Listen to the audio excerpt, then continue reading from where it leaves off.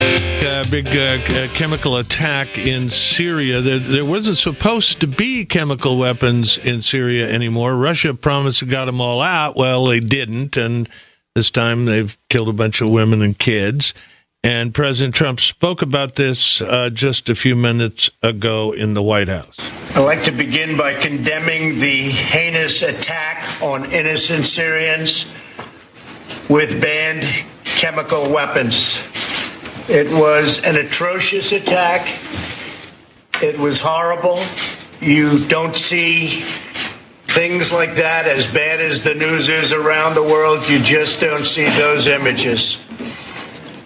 We are studying that situation extremely closely. We are meeting with our military and everybody else, and we'll be making some major decisions over the next 24 to 48 hours. If it's Russia, if it's Syria, if it's Iran, if it's all of them together, we'll figure it out, and we'll know the answers quite soon. Joining me now, Dr. Zuhdi Jasser, president of the American Islamic Forum for Democracy. That's AIFdemocracy.org.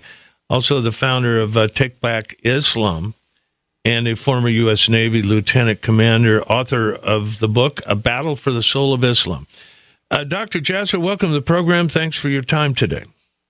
Oh, it's great to be with you. Thanks for having me. Appreciate it. So what should the president do?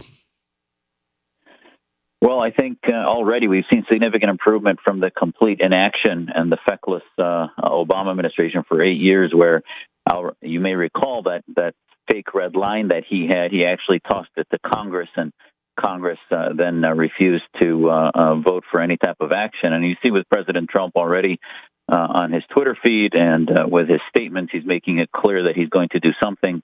And, I think ultimately tyrants across the planet, not only in Syria with the butcher of Damascus, Assad, who's used chemical weapons countless times, upwards of 20 to 30 times.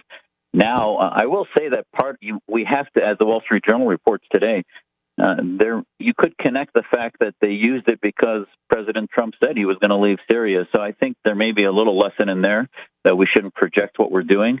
But at the end of the day, I think President Trump now with National Security Advisor Bolton will make it clear that we will respond strongly, and that ultimately tyrants should not feel that they can do things with abandon, and that war crimes and crimes against humanity cannot go unanswered. And I think towards the next few days, we will see a significant response. Now, I do hope that response includes not only us, but France, Germany, and also some of the Arab states, and he begins to build a coalition against the coalition of not only Assad, but Russia and Iran. Just to be clear, you're talking about a military response, right? Absolutely. Strikes that would not only be a symbolic response, but would actually be just as bad as doing nothing. But now it needs to be a forceful, crippling response against his Air Force to include not only one airstrip, but multiple airstrips, and a very significant crippling response against the Syrian military. I mean, would you, Lindsey Graham's calling for whatever it takes, and that would be, let me just say, an all-out effort to destroy Assad's Air Force. Step one. Would you subscribe to that? I would. Now, I think Lindsey Graham. Now, listen, I was somebody who was calling for regime change and the destruction of the Assad regime back in 2011 and 12 when the revolution first started and ISIS wasn't even existing. But now it's a bit different. There is no revolution that's organized any longer. It's been decimated by 10 million displaced out of 20 million in Syria and over 600,000 dead. So I'm a bit concerned about some of the rhetoric from folks like Senator Graham, who, while it may be cathartic on television to say we should now go after Assad and assassinate him, we have to be careful, because ultimately I think we need to do enough force to show that there's a balance to the vacuum that might be created, and ultimately to balance out the Russian and Iranian aggression that's existed in Syria. So I do think we need to use force. Otherwise, the hegemony of Iran and Russia in the region needs to be balanced. And Bolton has said that directly last week. And so I think many of the military advisors are talking about the fact this is not just about one chemical attack. It's about balancing a region in which Russia and Iran feel that they control much more of the Middle East now. How much do you think that President Trump can actually get in Russia's face, Putin's face? Well, I think as Mark Dubowitz tweeted out this morning, he said, the bromance is done. And I think that's true. The fact that he tweeted out direct responsibility to Putin, I think ultimately we're seeing that there has to be a limit to which Putin can sort of act like he's the new czar of the 21st century. And there's no doubt the Russian economy is very weak and limping. We have a lot more resources, and I think a strong, potent American response.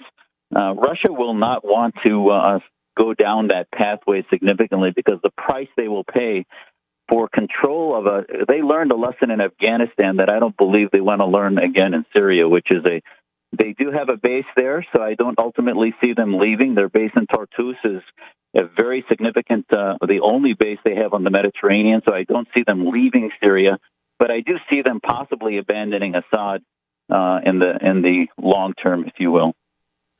I just got a minute left. Why would Putin, I understand what Trump said, I'd like to get out of Syria, but why at that moment would he challenge him in such a self-destructive way?